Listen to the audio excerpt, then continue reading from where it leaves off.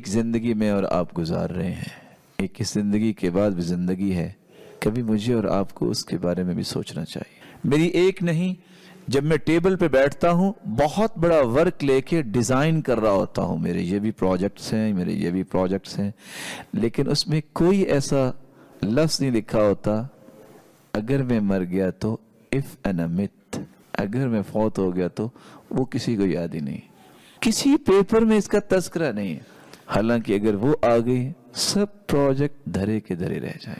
یہ وہ زندگی ہے جس کے بارے میں رسول اللہ صلی اللہ علیہ وسلم کے صحابی براء ابن عازب رضی اللہ تعالیٰ عنہ بیان کرتے ہیں، جب قبر کے کنارے پہ بیٹھے تو اللہ کے رسول صلی اللہ علیہ وسلم رونے لگ گئے، حتی بل اللحیہ ثم بکا حتی بل الثرى، آپ کی داڑھی مبارک بھیگ گئی اور جہاں بیٹھے تھے وہ مٹی بھیگ گئی، اور آپ یہ فرما رہے ہیں لِمِثْلِ هَذَا فَأَعِدُّوا، میرے صحابہ اس قبر کی تیاری کر لو۔ یہ جوانی کا جب تازہ خون ہوتا ہے تو پھر پرواہ تو کسی کی نہیں ہوتی نوجوان کو، لیکن اس نوجوان کو یاد رہنا چاہیے کہ ایک وقت اس جوانی کے سورج ڈھلنے کا بھی آنے والا ہے، وہ بڑھاپے کی شکل میں آ جائے یا موت کی شکل میں آ جائے، اور پالا پڑنا ہے تو کس سے؟ فرشتوں سے۔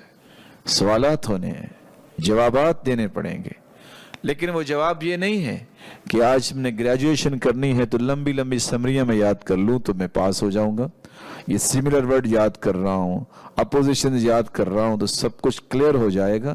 وہ سوالات اس قدر آسان ہونے کے باوجود جواب وہی دے پائے گا جس کے اندر ایمانی قوت ہوگی۔ اس سے صحیح بخاری کی روایت یہ بتاتی ہے، ابھی تو موت واقع ہوتی ہے تو جس ناموری کے لیے ساری زندگی کھپا دی، میرا نام اور میرا نام، تو سب سے پہلے نام ہی ختم ہوتا ہے۔ لوگ کہتے ہیں کہ جثہ پہنچ گیا، جسد خاکی پہنچ گیا، کس کا؟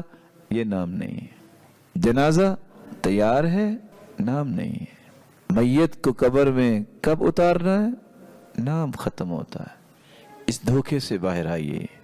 آج میں اور آپ اگر اس دھوکے میں پڑے ہوں، میرا بیٹے کو یہ بھی ہونا چاہیے، میرے بیٹے کو یہ بھی ہونا چاہیے، سارا کچھ ہونا چاہیے، لیکن اس سے ایک خوبصورت مومن بھی ہونا چاہیے۔ اس جملے کو کبھی نہ بھولے۔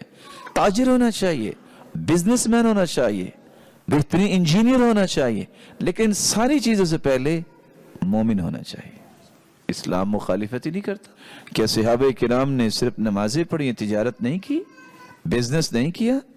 کیا انہوں نے دنیا کو لیڈ نہیں کیا اور اپنی صلاحیتوں سے انتھریال نہیں کیا؟ وہی 94 اور 96 لوگ ہی تھے نا جن نے پوری دنیا پہ حکومت کی ہے، جو اللہ کے رسول نے مکہ میں تیار کیے تھے۔ آج مجھے اپنے لیے بھی اور اپنی اولاد کے لیے فکر تازہ کرنی چاہیے، جب قبر میں جائیں گے تو کیا بنے گا۔